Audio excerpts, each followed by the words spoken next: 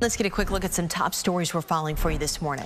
As marathon negotiations in Switzerland wrapped up on Monday, Vice President J.D. Vance said that Iran would allow nuclear inspectors to return to the country. Iran's foreign ministry said that real negotiations on the nuclear issue have not started yet. The lead negotiator of the Iranian delegation said that the Strait of Hormuz will be managed by Iran and would follow international laws.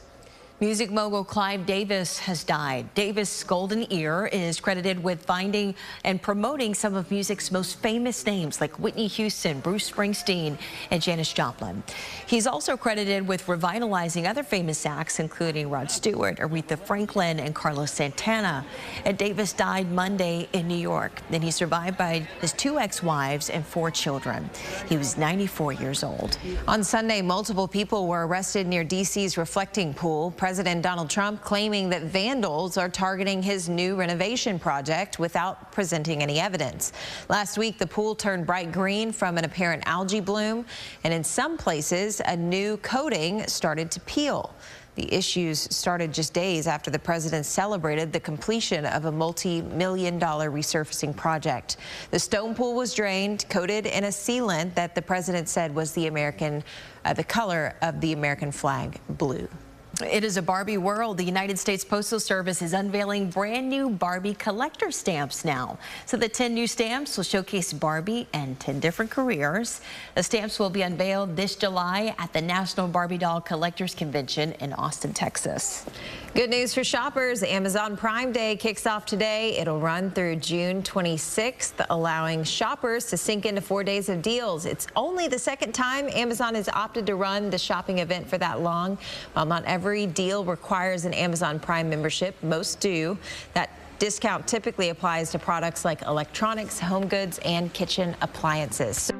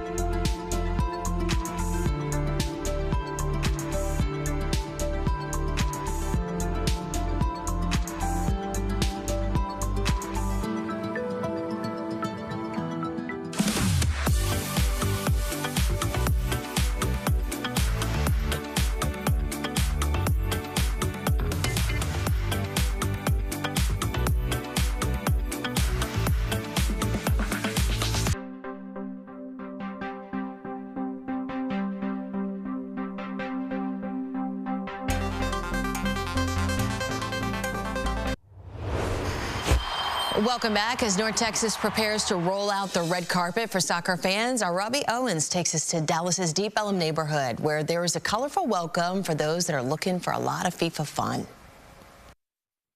Even in the Texas heat, there's no place quite as cool as Deep Ellum. So it should come as no surprise that this creative community is turning to art to extend a warm welcome to World Cup visitors. Deep Ellum is basically like an open-air gallery with lots of art. And in a nod to the World Cup, new installations are going in right now. I'm from Romania, I'm just from Scotland, from other places as well. You know, in Deep Ellum, it's welcoming, you know, all these people. There's 50 streetlight pole banners that feature every single team playing in the World Cup. There's 8 murals featuring the teams that are all playing here in Dallas, and they're all created by local artists that are invested in, and some of them from these countries. The World Cup is about unity and community and just bringing people from all over the world together. So it's fun to be a part of that. Artist Ruben Cheatham is painting a mural for the Netherlands team. Admittedly, I was not familiar with the Netherlands football team or the players, but this gentleman here, Virgil van Dijk, is one of the stars of the team, and I love his celebration. It's an ode to his daughter. He's not even finished, and already the mural has matched with a fan just driving by. I was so excited. I recognized both his face and also the expression, but I have been a big Liverpool fan for a number of years, and I'm very excited to have Virgil van Dijk coming to the area. And the message to all the soccer fans coming to the area? We're ready for you. Come to Dallas, come to Deep Ellum, enjoy our art, enjoy our music, enjoy our food, our businesses. Our community is ready to welcome you. It's an exciting time to know that the World Cup is coming here. In Dallas, Robbie Owens, CBS News, Texas. The University of Texas Arlington joining in on the World Cup celebrations by mapping out some special history. Photojournalist Mike Kinney taking us inside the Atlas of Champions exhibit. UTA Special Collections is the archives here at UT Arlington, and we primarily focus on Texas history. There's not a lot about soccer and soccer history necessarily in our collections. So to connect with this bigger event, with this World Cup, you know, this huge event coming here to Arlington, I immediately thought about our map collections. Our map collections here at UTA go all the way back to 1482, and they represent really the entire world.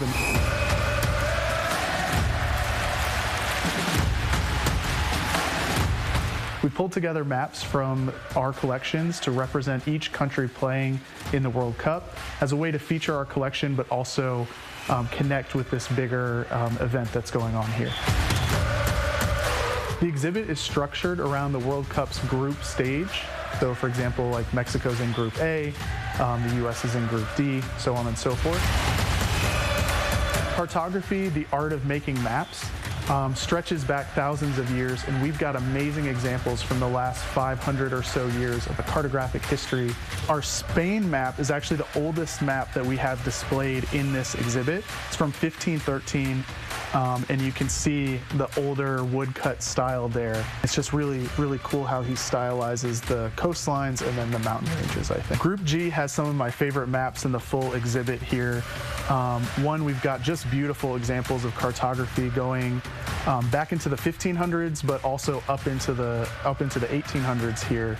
We have our Iranian map, Belgium, Egypt, and New Zealand here, and I just think they're just really beautiful examples of maps in our collection. The 2026 World Cup is not the first set of games being played here in DFW. We also hosted 6 games at Fair Park in 1994's World Cup. So we have the Fort Worth Star-Telegram photograph archive here, and their photographers took the pictures that you can also see. It's really exciting to kind of see the emotion around the game and how it impacts people. We definitely welcome fans from around the world to come, you know, take part, look at our exhibit, you know, hopefully take away a sense of national pride. You know, they get to see a historic depiction of their country while they get ready to go cheer them on the pitch.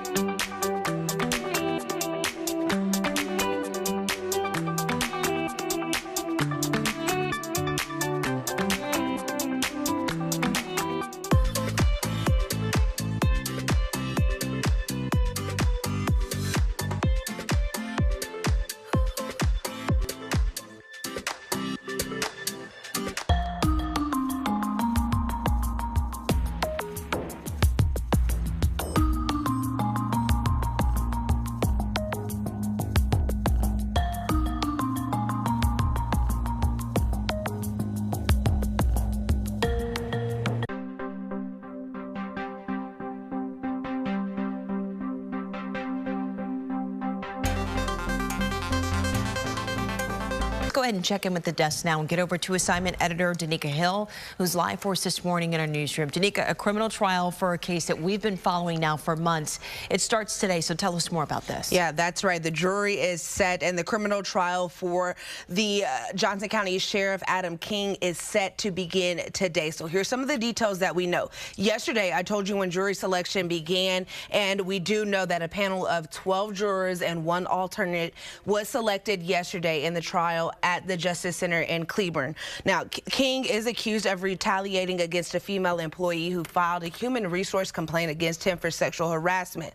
He was arrested back in August on charges of abuse of office and corrupt influence. And months later, in October, he was indicted for perjury and for allegedly lying under oath in a grand jury testimony. Now, he has pleaded not guilty to all charges and was allowed to return to work on a part-time basis following his indictments. This trial that is happening set today was actually postponed from last month, and it's still not clear why that was postponed.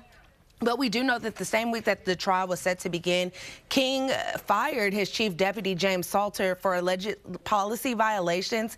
And according to the indictment, Salter was the one who reported the allegations and was scheduled to testify in the trial. So a lot of pieces still there. Obviously, we are going to keep a close eye on this trial. It is set to start at 9 o'clock this morning. Whatever details do come out of this, we'll bring it to you here from the desk. Okay, Danica, a lot of eyes on that case and a lot of eyes on this news out of Dallas. It's big news for the Dallas Mavericks. They now officially have a head coach just in time for tonight's NBA draft.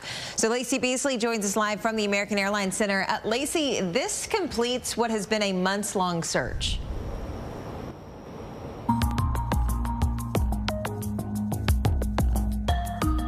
July 4th flood changed lives across Kerr County, the Texas Hill Country, our state, and the world. The flood took lives, it damaged homes, it destroyed businesses, and it left many, many families uncertain about what the future would hold. In the days that followed, the community here in Texas, in America, and around the world responded with extraordinary generosity, compassion, and determination to recover. 1 year later, recovery is visible in Kerr County. Families are coming home. Neighborhoods are rebuilding. Some neighborhoods are being completely built out of the ground. Businesses are reopening and optimistic. Community spaces are being restored, and people are beginning to hope again and see a path forward. The Community Foundation of the Texas Hill Country launched the Kerr County Flood Relief Fund on July 4th to raise funds and coordinate resources and support for what we have come to now understand is long-term recovery. But this work has always, from the beginning, belonged to the community and all of the partners, friends, neighbors, people we've never even met before, who have come to work alongside us to rebuild together. Over the past year, $82 million has already been granted for efforts across housing, mental health, economic recovery, environmental restoration, and community rebuilding here in Kerr County.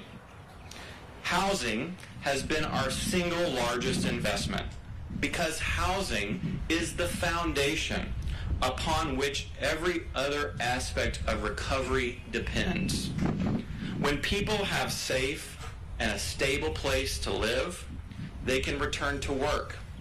They can get their children back on routines. They can focus on their health again, their mental health, and begin rebuilding a normal life. 43% of all of our granted funds to date have been towards housing, our #1 priority. And those grants have helped families move towards permanent housing solutions. The headline here today is that there are, in less than a year, in Kerr County, Texas, 130 households who have already returned to stable, permanent housing through Community Foundation supported programs. And there are 98 households actively progressing towards that permanent housing solution. There have been more than 180 families made up of over 400 individuals, one of which I was talking to just before this speech, who is in temporary housing programs. These are local houses, local apartments, local Airbnb rentals that the Community Foundation has helped recovering families stay in for 12 months with all expenses paid. I'd also be remiss if I did not mention some of my favorite people here today. People I've talked to and brought a smile to my face the minute I started seeing them walk up, which is our amazing 32 disaster case managers who have worked alongside all of these families throughout this process, helping survivors navigate decisions that are very complicated, emotional, and deeply, deeply personal. Thank you for all you have done and all you continue to do for this community and for our home. I'd like a round of applause for our case managers.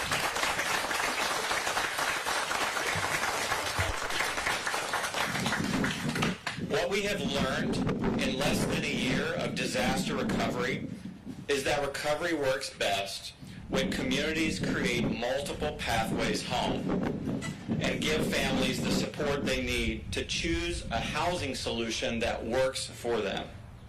Some families need temporary housing, a place to stay while they rebuild their home. Others need repairs to their home. Some lived in a recreational vehicle that washed away, that needs replacement.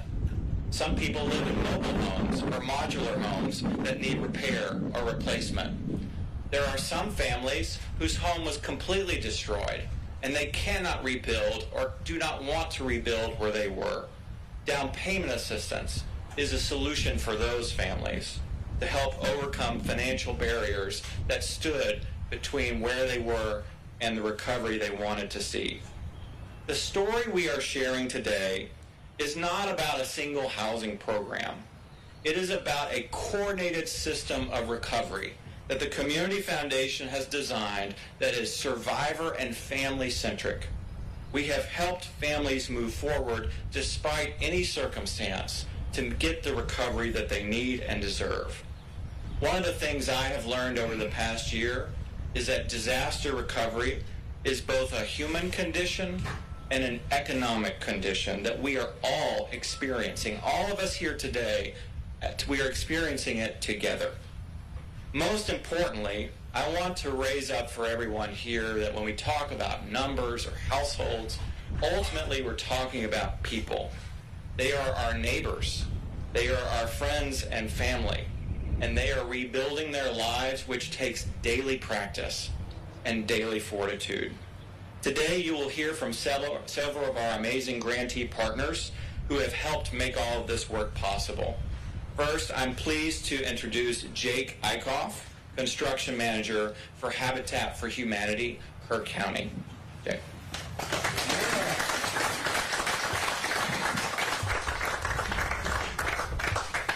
Thank you, Austin. Good morning. Good morning. Over the past 10 months, I have helped with the construction and completion of 30 homes for flood victims in our community. And I've had the privilege of witnessing recovery at its most meaningful moments. In my observation, recovery becomes real when a family receives the keys to their new home and they walk through the front door for the first time and they begin to feel a sense of normalcy. Behind every completed home is a family that's experienced loss, uncertainty, and disruption following the flood. Over the past year, organizations including Habitat for Humanity, Kerr County, All Hearts and Hands, Hunt Preservation Society, and many other partners have worked together to repair homes, rebuild homes, and construct new housing opportunities for survivors. We have quickly learned that no two recovery journeys are alike. Some homes required modest repairs. Others required major reconstruction. and some families needed entirely different housing solutions. What made this work successful was not any one single organization. It was the willingness of partners to coordinate resources and focus on what each individual family needed. Construction crews, volunteers, donors, nonprofit organizations, local governments, and disaster case managers all became part of the same unified recovery effort. Here in the Mariposa neighborhood, this progress is visible. The homes surrounding us are more than construction projects. They represent stability, independence, and the chance for families to finally move forward. We still have a lot of work ahead of us, but today we can point to real results and real families who are home because this community stayed committed towards long-term recovery. Every completed home reminds us that recovery is possible when communities work together. It is now my pleasure to introduce David Long, President of the Texas State Affordable Home Corporation.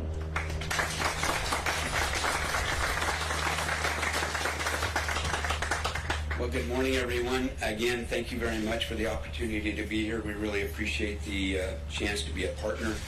But thank Austin for his support during this process. It's been a year, and it's hard to believe we're here, and I get to put in some faces with a name, so it's really great to be here. One of the biggest lessons that we learned from disaster recovery is that there is no single housing solution that works for every family. What we need to do is find that some survivors want to rebuild the property that they have known for years. Others need to find a different path because the rebuilding is not something that they find to be practical, affordable, or aligned with their long-term needs. Successful recovery means creating options and allowing families to choose the path that works best for them. Throughout this recovery effort, partners have worked to ensure survivors have access to a variety of housing solutions rather than one size fits all for those that need something different.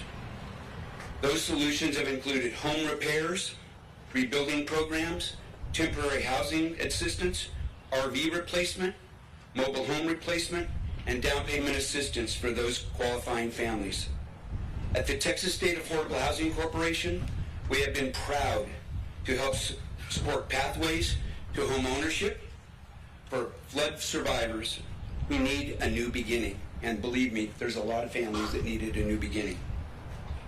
Housing recovery is strongest when communities focus not only on rebuilding structures, but also creating long-term stability and affordability. The progress we are celebrating today reflects that what can happen when philanthropic, nonprofit, public, and private partners align around a common goal.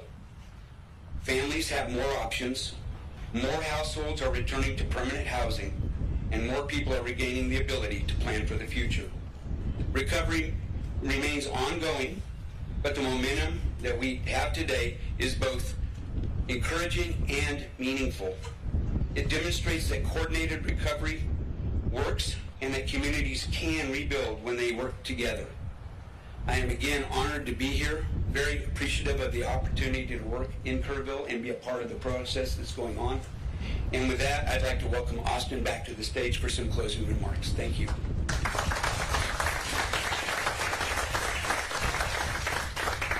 Thank you, David. One of the amazing things is there's so much local capacity in our community, local organizations who have stepped up. We just heard from Habitat for Humanity, Kerr County. We in our community did not have to hire an outside army of workers to come in. We had so many assets here in our community like Habitat and the leadership of Mary and so many others in your board, thank you. And to the Texas State Affordable Housing Corporation, where you just heard from David, of the 130 households that are already home, 20 of those received down payment assistance. through our partnership with TSHAC, Texas State Affordable Housing Corporation. They have been an invaluable partner based in Austin, but working here with local lenders and local realtors to help local families start again. So thank you for your leadership, David. It has been an incredible year getting to know your organization and work with you and your team. So thank you for helping our families come home. And thank you to all of our partners who have made all of this possible. I look out at the crowd and see so many people who have done so much heavy lifting for our community. The story of this recovery is ultimately a story of people. It's about families who have refused to quit and give up.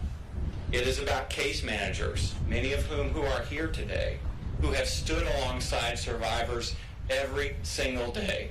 I just asked a case manager, what are you doing the rest of the day? And she said, I'm going to make some calls. And that's exactly the role of a case manager every day, to be persistent, to be dogged in the pursuit of recovery for every family. It is about builders and volunteers. It's about groups who have come to volunteer for a week this summer to help with yard work and some of these beautiful homes that you see in front of us. It's to all these nonprofit partners here locally who have committed themselves to renewed Kerr County. But it's also about donors from across the state and across the nation and the world who believed in our community and made it all worth investing in. A year ago, I stood at this podium and I said that I don't think people are ready for the power and the results that philanthropy can achieve in disaster recovery. And here we are 1 year later, when families a year ago did not know whether they would return home or what recovery would look like. And today, a majority of flood-affected households in our community are home again. And many more are actively moving in the permanent housing direction. That progress is so important because housing is safety, it's security, it's stability, it's routine. Housing is a fundamental building block of a community's recovery. The progress we are discussing today demonstrates that coordinated system that has worked and delivered for our community. And it demonstrates that our community is strongest when we come together around a shared commitment, a shared idea to helping one another get home again. We are proud of the progress that we have made. We are beaming today. We are happy. But we also recognize that recovery is not finished. There are people still needing to get home. There are businesses that still need help. There are trees that still need planting. There is healing that must be done with mental health and other services. But philanthropy is here for the long haul. The flood happened in a day, but recovery will take years. And we will stand here every day until recovery is complete and the work is finished. We understand that many households are still navigating difficult decisions, but that important work remains, and we will stand with them. Our commitment remains exactly what it was 1 year ago, that every household will have access to support, to resources, and the opportunity to move forward. I want to thank so many people, but especially I want to thank the survivor families, because it is their resilience and their persistence that has inspired us all. We appreciate everyone joining us today, and now we're going to transition to some homeowner interviews, and for those interested, some home tours here in the neighborhood, so you can see firsthand what Kerr County's version of recovery looks like. Thank you.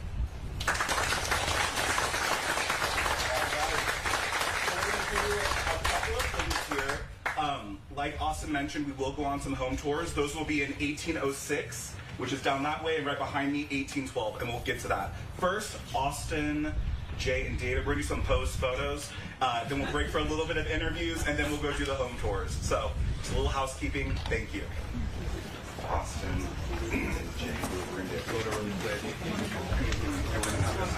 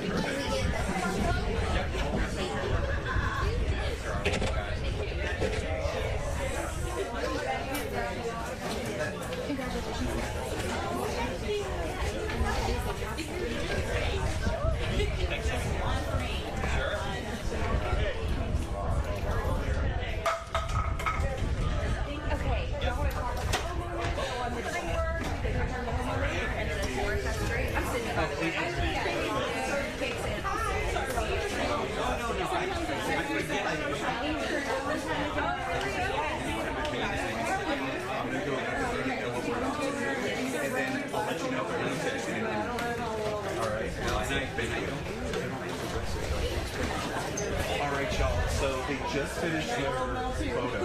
I can help if you guys do want to speak to interviews. We have. Perfect. You do like a Gaza situation? Yeah. Okay. Find it up as much as we can. Like I said, I'm sending her the spray. She will tell us and we make some of We'll take her in here and then. Thank you. I think if we get away from it, if that's okay. Yeah. We're gonna send out me and we'll send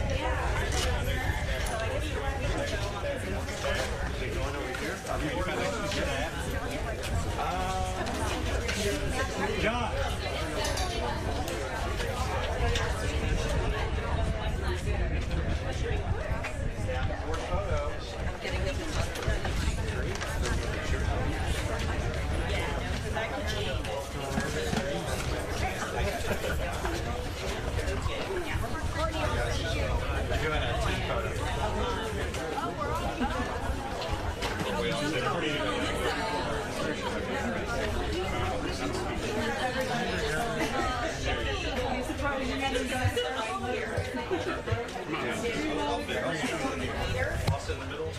Wilbur, we have an interview for you too. Come on in. Come on up.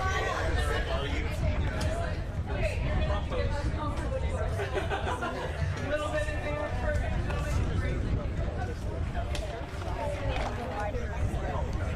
Come in, turn your toes in. We also have Wilbur as well. And they're here, so if y'all want to do a couple one-on-ones, we can do that.